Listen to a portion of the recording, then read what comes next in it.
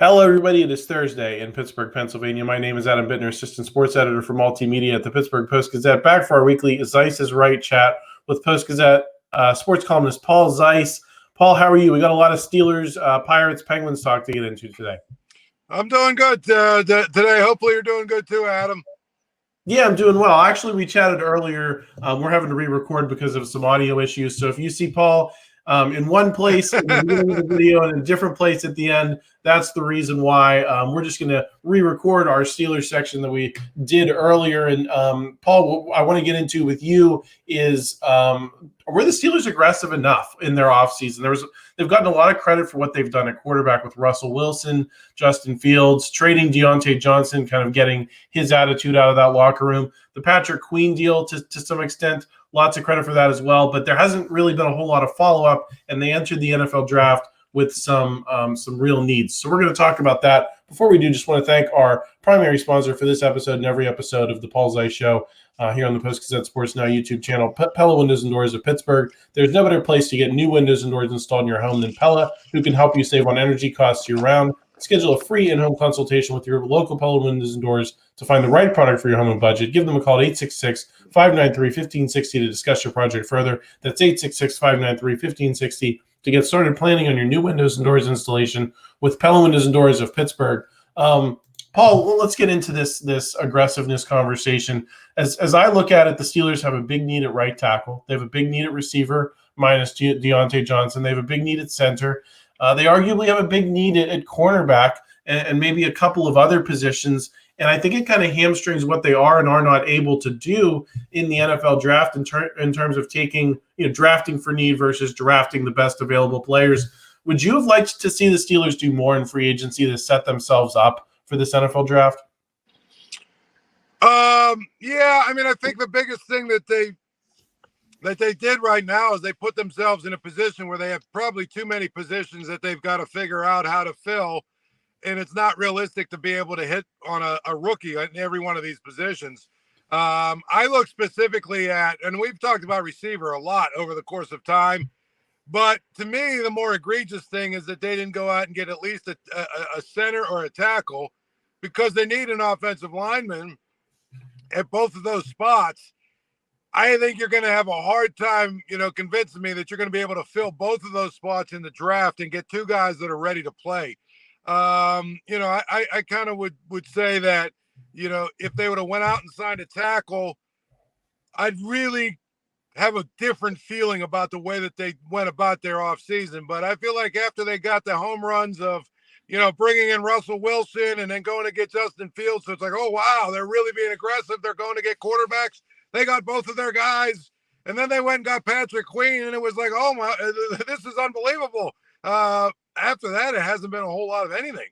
And so I think when you go into the draft and you look, they have a needed tackle, a needed center, a needed receiver, a needed corner. I mean, at some point, you're looking at it, you say, if you've got four glaring needs, it's unrealistic to think that you're going to be able to fill them all in the draft with guys who are capable of playing. So they kind of fell a little bit short of the mark, if you ask me. Yeah, especially I just wanted to bring up, Paul, something you and I talked a lot about on the podcast during the season was, listen, Joey Porter didn't play immediately, and Broderick Jones did not play immediately. Keanu Benton really was, kind of phased in kind of gradually in terms of what he did on the defensive side. So how unreasonable is it to expect to hit on 4 picks? Because I look at, a good draft class last season that they had. People are feeling good about all 3 of those guys I just mentioned, but they didn't go into the season with them in a good place. And I think planning on doing that 2 years in a row is a lot. And you're still probably going to have 5 or 6 games at the beginning where maybe those guys are not ready or not available.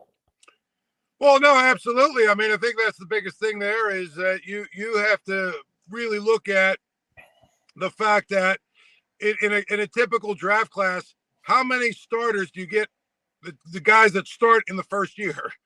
I mean, I would say probably, what do you think the league average is? I'd be surprised if it's not more than like 1.8 or 1.9, if it's somewhere in that neighborhood, where average number of guys from every draft class league-wide that actually end up starting their first year If it's more than 2, I would be surprised. I would be absolutely surprised if it was more than 2.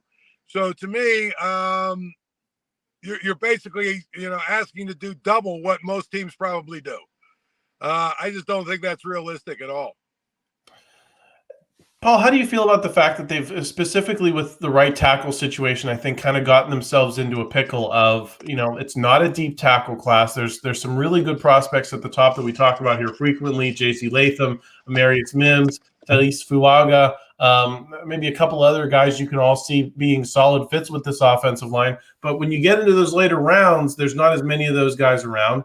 And the fact that it's right tackle that we're talking about and not left. And I think traditionally a lot of NFL teams not traditionally. In the modern NFL, you don't usually want to spend a ton of money or a ton of draft capital on a right tackle as opposed to a left who's typically protecting the blind side. Have they kind of, and then you throw into the equation Arthur Smith and his offense and the way they may need a right tackle more than other teams might because of the way they want to run the ball, the way they want to be able to run it both sides.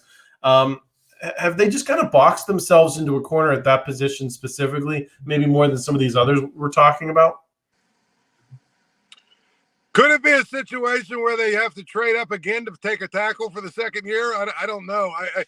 I hope they don't do that. But at the end of the day, one thing that seems to be changing is the value of these tackles.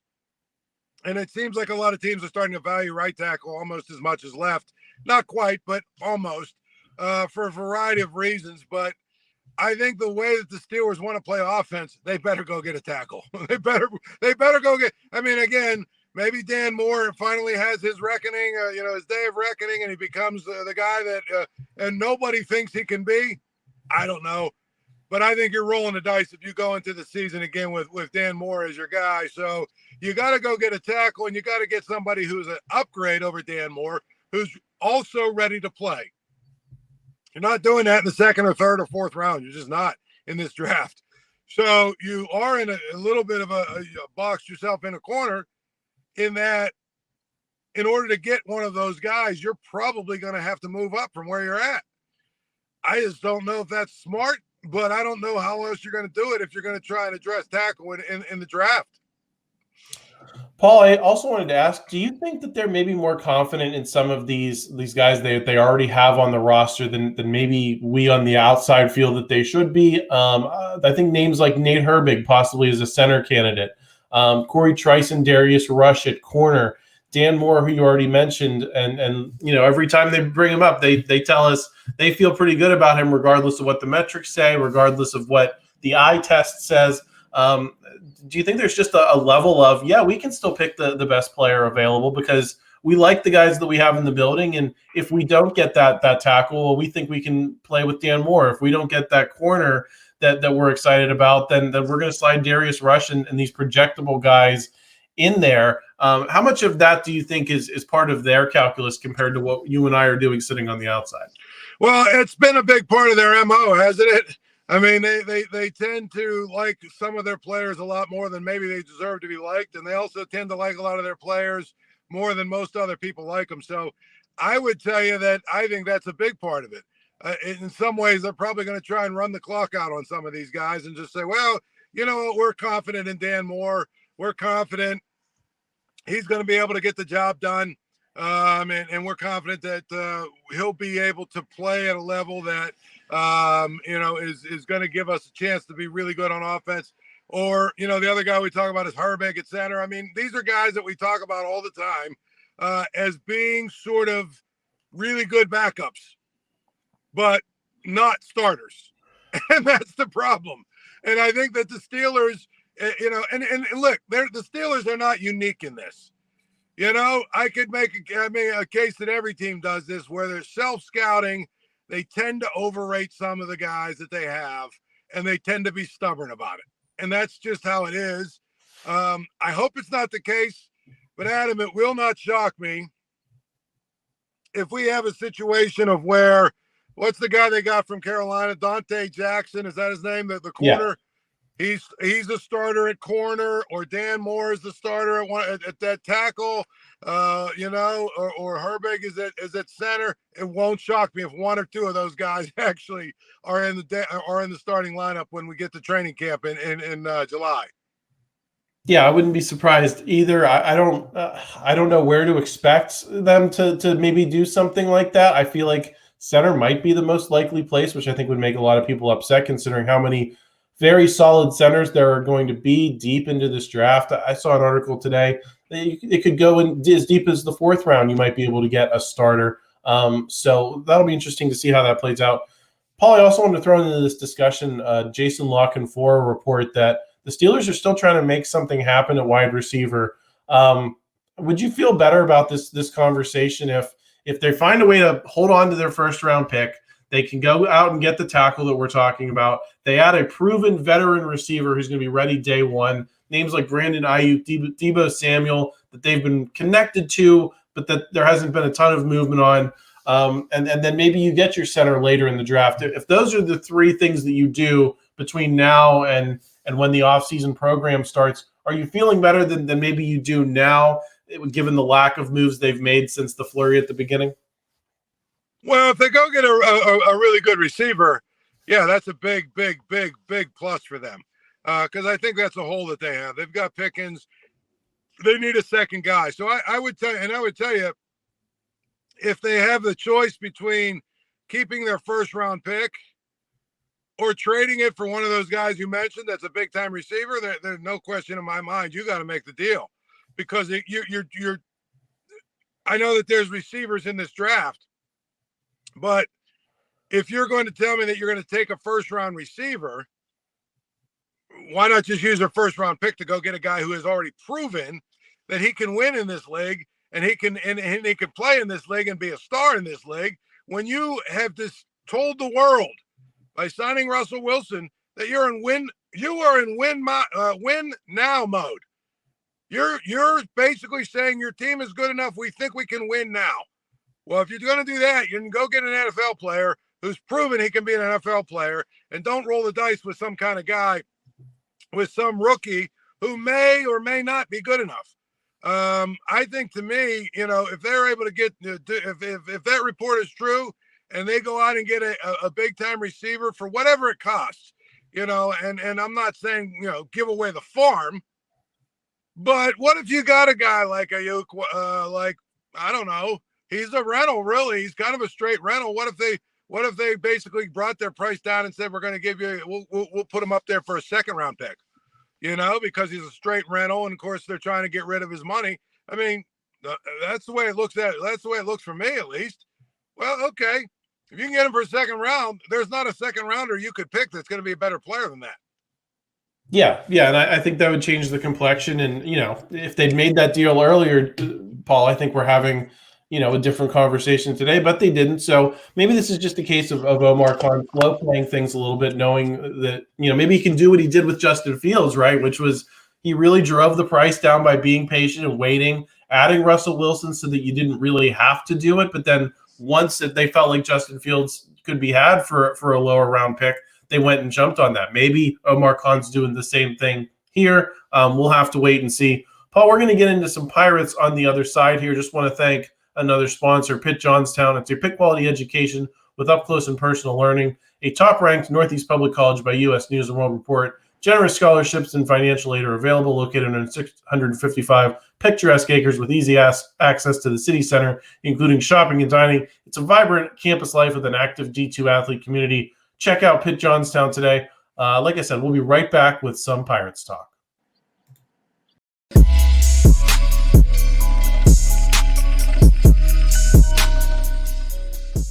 Paul, lots of David Bednar chatter in the last few days, blowing his 3rd save and 4 opportunities on Tuesday against the Tigers. Gets some boos from the crowd. Our Jason Mackey was on here on the YouTube channel earlier saying, hey, don't boo David Bednar. A lot of people saying on social media, well, they weren't necessarily booing David Bednar. They were booing Derek Shelton for not getting him out of the game earlier. Meanwhile, Aroldis Chapman's pitching very well. A villain in Pirates history, but now he's gaining a little bit of a cult following here early on. What's your read on the way that this closer situation has been handled and should be handled over the next few weeks and months? Well, I mean, I think the thing about Bednar is, he's coming off, what is that, a lat injury? He missed a lot of spring training.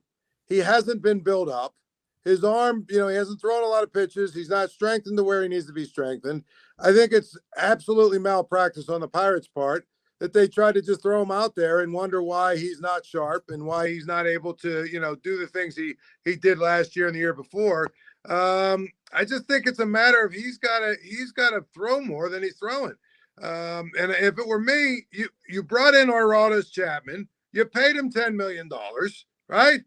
You bring him in, you make him your closer for the next 2 weeks. You let Bednar throw bullpens and sides and all the other crap that they do to try and get pitchers built up. And then when you feel like you really got Bednar back to the point where he's thrown enough pitches, where his arm is strengthened, that he's able to start now honing in on pitching again, then you maybe put him back in the eighth inning setup role for a couple of appearances. And if it looks like he's got his stuff back, you put him as your closer. I mean, I don't subscribe to the idea that just because he struggled early that Chapman has to be your closer for the whole year. I actually like Chapman in the eighth inning role in the setup role, and I'll tell you why. Because of what we saw the other day. Because that when he went 101 and struck the guy out, then he went 102 on the black, right? And he just stared them down. I don't care who pitched the ninth inning. That team was beat right then and there. You got an intimidating guy that throws at 101. That is a menacing type of guy out there on the mound. That's a little bit cocky, well, a lot cocky. That's willing to, that's the kind of guy there. He sets you up for the closer to come in, and the closer's just got to throw some strikes and get out of it. I think I like Chapman in the eighth inning role right now at this point in his career, and I think Bednar's a good closer. I think that you have to give him maybe a week, 10 days or 2 weeks or whatever, just to get on the side, throw bullpens, do all the things you do to really kind of get up to speed. He just hasn't thrown enough, and so to me, I don't know what the Pirates were thinking, throwing him out there to the Wolves. But that's what they did, and that's how it is. Yeah, I really like Aroldis Chapman in that, not just an eighth inning role, Paul, but just like you said, bring him in when the game is on the line, high leverage innings. That's the role that I think works best for the Pirates in the long run. I guess it's part of this conversation too, Paul, is how serious are the Pirates about winning games? Because that move to put David Bednar out in that situation, on some level, Paul, seems like something they would do when they knew they weren't going to be very good, right? Right. When okay, you want to build this guy back up as soon as possible. We're going to just kind of throw him into the deep end of the pond and hope he swims. If they're serious about making the playoffs, isn't that malpractice, Paul? Because that's how I look at it. It's if you did this last year, the year before, any time since Derek Shelton and Ben Cherington have shown up, that's one thing. But they're telling us they want to win games. They start 8-2, 9-2, whatever, and then they're doing stuff like this. And how many times did we sit here when the Pirates were good last time around, Paul, and say, they were a game or two short of getting out of those wild card situations and getting out of one-game situations? These games matter, Paul, and those decisions do matter. They add up over the course of a season. Absolutely. There's no question. And that's the problem. You cannot afford to lose games like that, like they've lost. You just can't. And you can't give them away in April. You can't give them away in May. You can't give them away in June and July, because guess what? When you get to August and September, then you have no margin for error. And so to me, I thought when Bednar went out there, I mean, I can get to where Derek Shelton is as a manager. He's got his closer out there. It's a guy he trusts. It's a guy who's been very, very good for a couple of years. I get all that. But it's clear he didn't have it. Probably 3 batters into that thing. At that point, you got to worry about winning your game. Forget about, well, he's my closer. I'm going to stand by him. I'm going to give him an opportunity. No, he can have an opportunity next time he goes out there. We got to win the game. And so, and I'll give you a great, sort of parallel, right? The Penguins are 78 games into their season. It is very likely. I mean, I think they're probably going to make the playoffs, but it's very likely they're going to miss it by a point maybe 2 if they do miss it, right? Which is 1 game. You want to go point to the number of games where we talked about different things that Mike Sullivan did that he or didn't do that didn't give him the best chance to win, and how many games he stuck with Tristan Jarry that he probably shouldn't have, right? How many his overtime decisions? His overtime record is abysmal. I mean, there's a million things. So basically what I'm trying to tell you is, even though these seasons are really, really long, every game counts and matters when you're a team that's sort of on the fringe of the playoffs. It's one thing if you are, I don't know, pick a team. The Orioles, they're probably going to be a 95, 98, 99 win team. Okay, if they blow a game early, it's not a big deal because they're not on the fringe of the playoffs. But if you're the Pirates and you're trying to win and you're on the fringe, really, you're probably going to be a team that is in that area where you're going to be scratching to try and get to the playoffs. Man, every single game matters. After 2 or 3 batters, you got to get David Bednar out of the game. Yeah, and to me, Paul, I guess it's less about the decision and more about the mentality behind it. And it does not seem like a serious decision to make in that situation. It just seems like the status quo from the last several years, which we all know has not been good enough. So something to monitor moving forward is if they start, looking at this more, is we got to win these games. We're off to a good start. We have a chance here. We're going to be real serious and not just worry about people's feelings and trying to accomplish these I think lesser goals than winning games over the course of a year. What level of investment do you think the Pirates should have in Jack Suwinski as a piece of this outfield? Struggling a little bit here to start.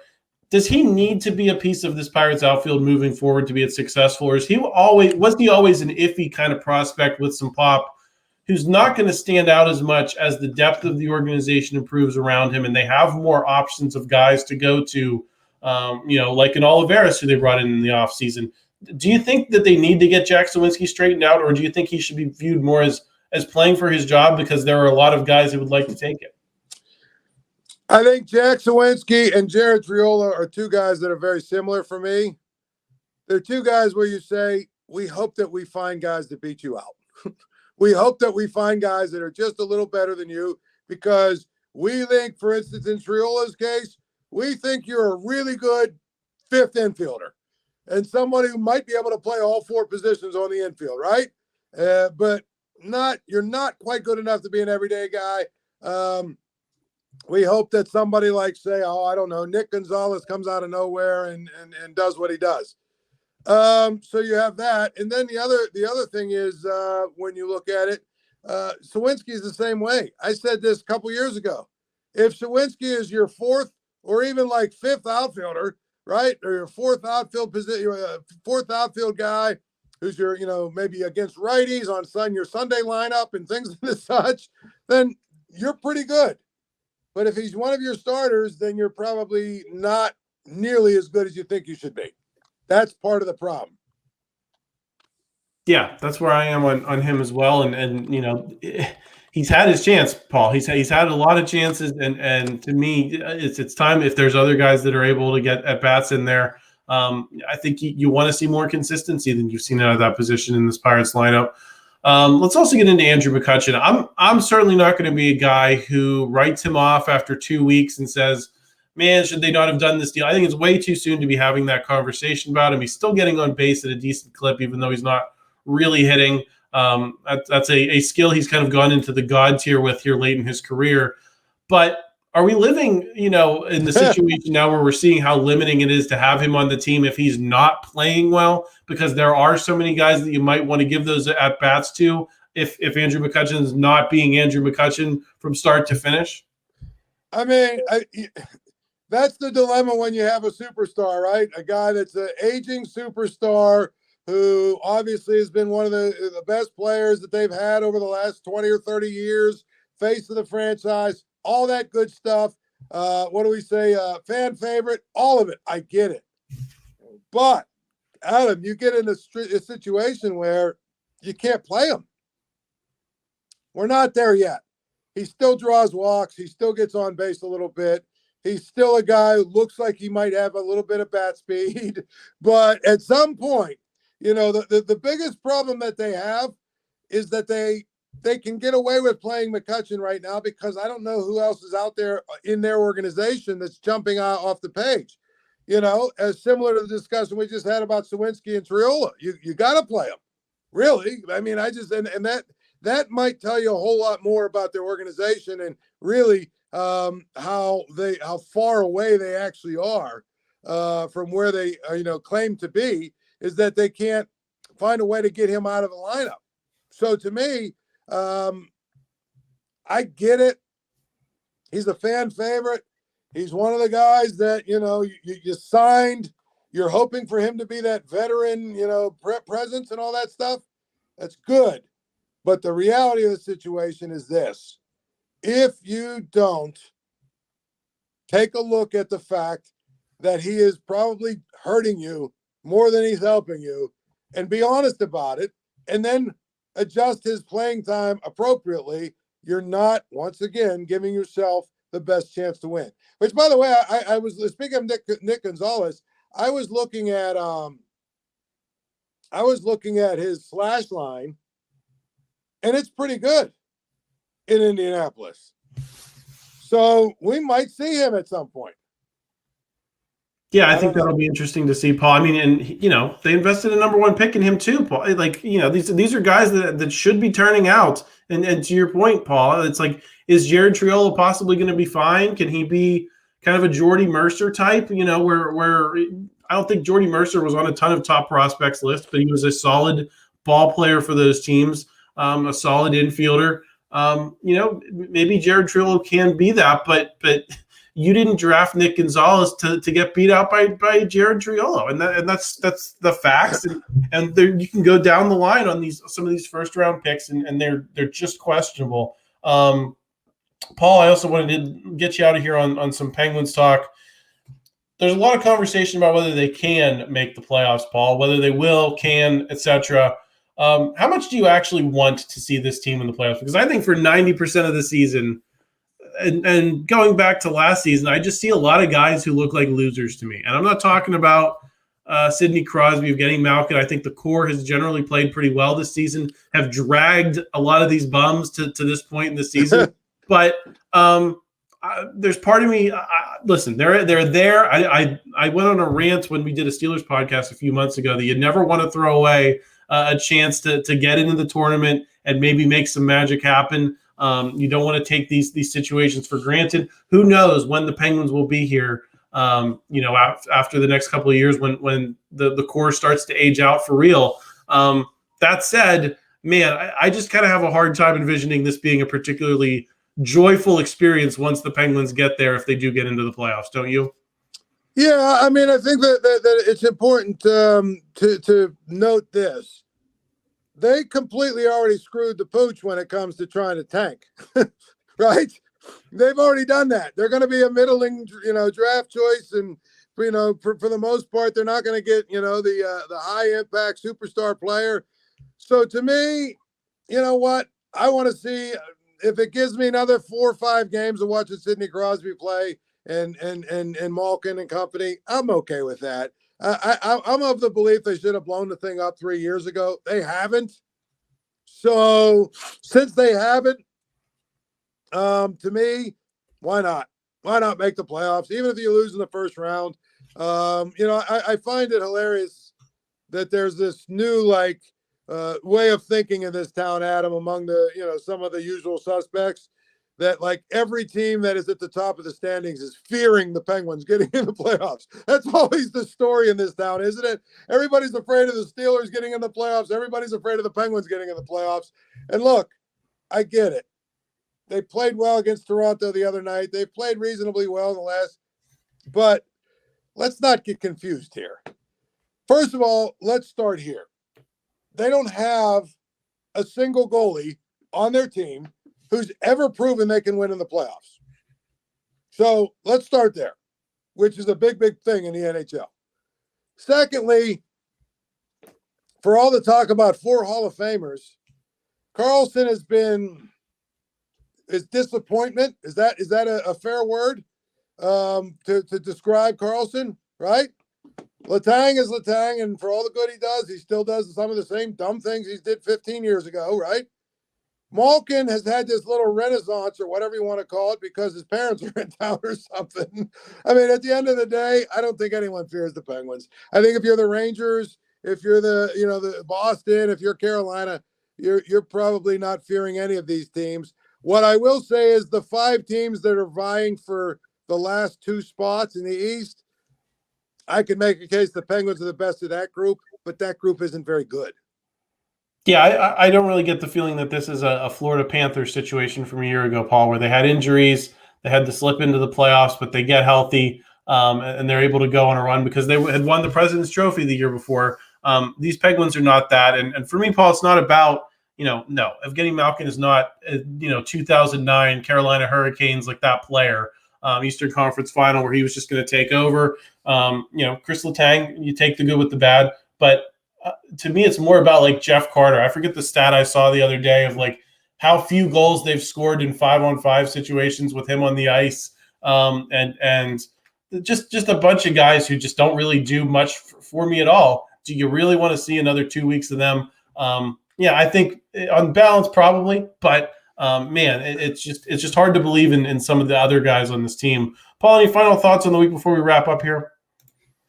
Well, just a couple real quick thoughts. Number one, it's pretty interesting that the Connecticut men were every bit as good as we thought they would be, as they steamrolled through everybody. One of the most dominant teams we've seen in a long time.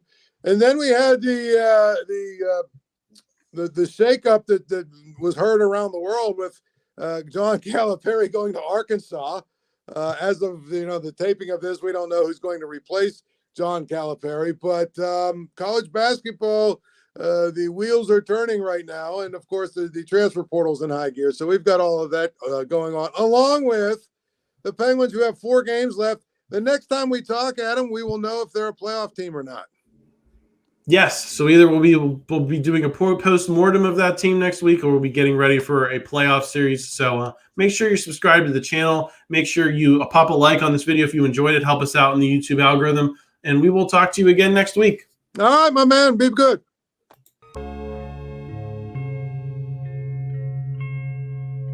Thank you for checking out this content from Post-Gazette Sports. If you watch this video on YouTube, please like the video and subscribe to our channel. For all of the sports coverage the Post-Gazette has to offer, visit post-gazette.com.